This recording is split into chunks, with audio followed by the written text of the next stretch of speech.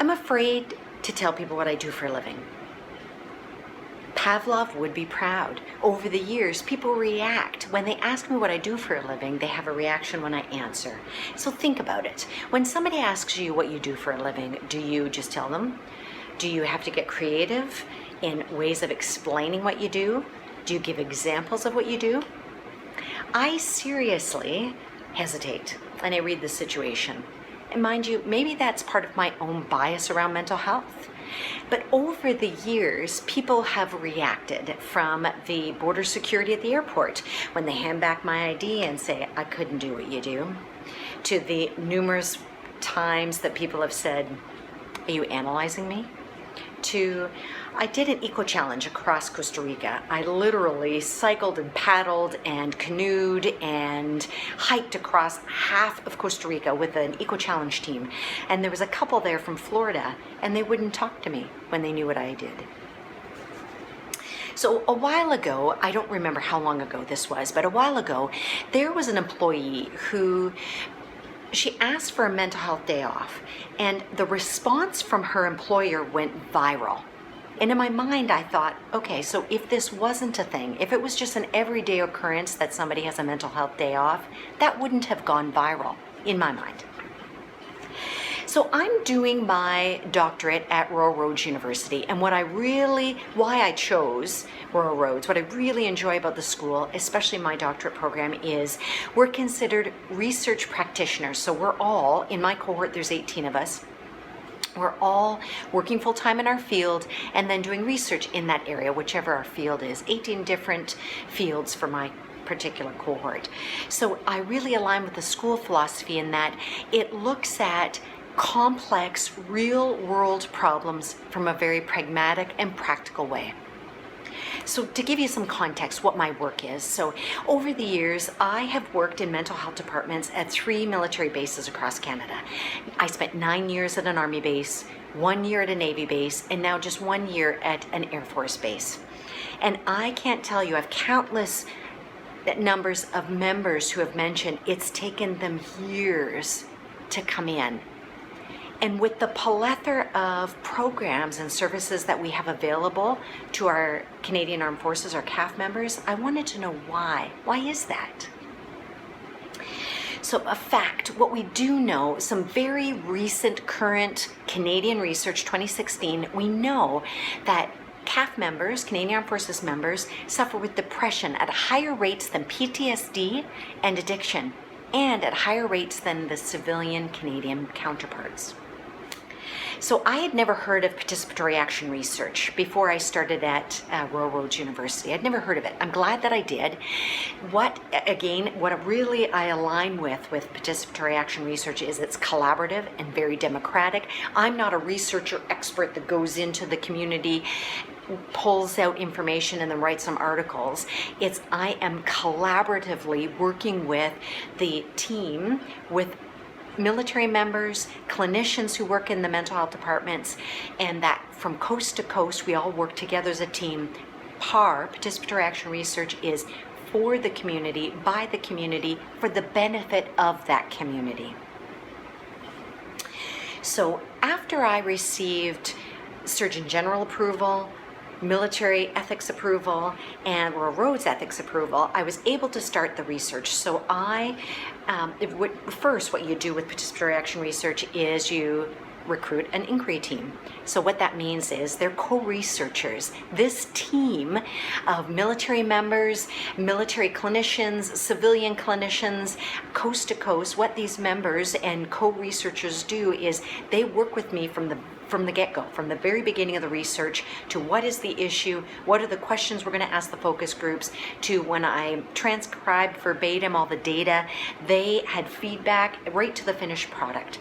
So once I recruited that inquiry team, members across Canada, civilians and military members, we then recruited our focus group participants, and we've had 7 focus groups at 2 military bases in Canada. And what did we find? So we wanted to find out what the facilitators were, what brought people in to mental health. And in looking at what brought people in, members also talked about the reasons why they didn't come in. So there were 12 categories that we found in all the research, all the data from the focus groups. There were 12 categories that we collapsed into 4 categories. 3 were barriers or reasons why people didn't come in, and the 4th was facilitators, why they did come in.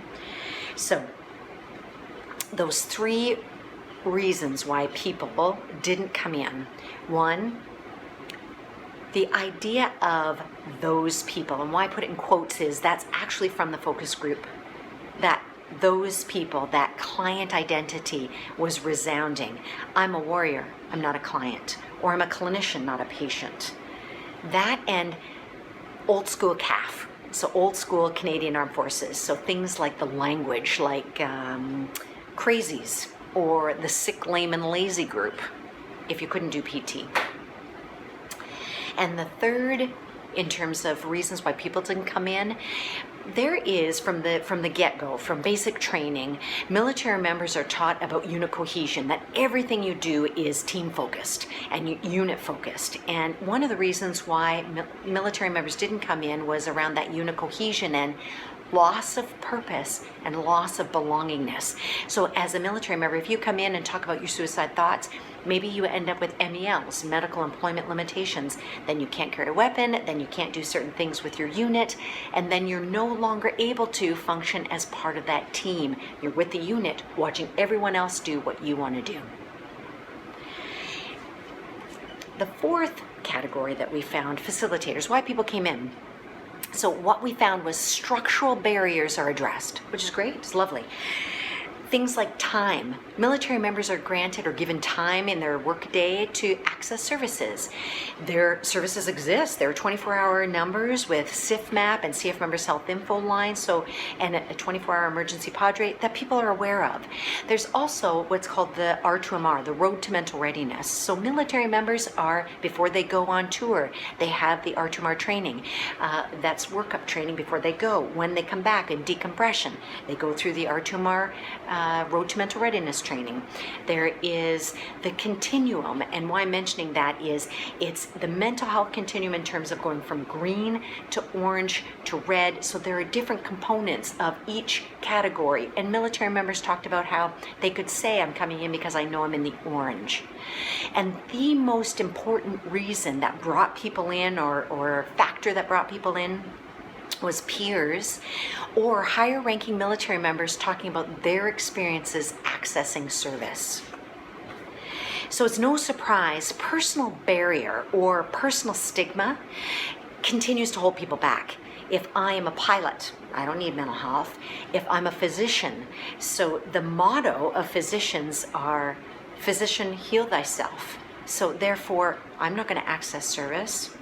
And combat arms, I am a warrior, and I don't care who of my military peeps are going to get help or services. I won't. So personal barriers, personal stigma still is a barrier for people. So what we find in terms of now what? What's the change? So that's the thing with participatory action research is what's the benefit now for the military members in the military community? So we thought about having a poster and having something very accessible, and we created this poster that it lists all the reasons, all the factors of how people access services. So it's a usable tool, it's easy to read, it's colorful, we could put it on Bristol boards or poster boards across the bases. We could have it as part of basic training right from the get-go, talking about mental health. And that military culture right from basic training, having those who are training new recruits talking about their own experiences of mental health, just to start creating change through the culture right from basic training. The other thoughts that we had about change, how do we create that change or continue to facilitate it? Just like dental appointments, every 6 months you go to the dentist, or once a year, or you go to the medical appointments once a year just as a check-in. How about creating a mental health check-in every 6 months or once a year, just checking in, just to make it a regular part of military members' health from top to bottom, health, mental health, dental health, etc. So wrapping up, my thought is, next time somebody asks you what you do for a living, if it's really easy for you to answer that, you just answer, think about how you talk about mental health. If it's that easy to tell people what you do for a living, use that same ease in conversation to talk about mental health. And I know that we can continue to shift that bias around mental health one conversation at a time. Thank you.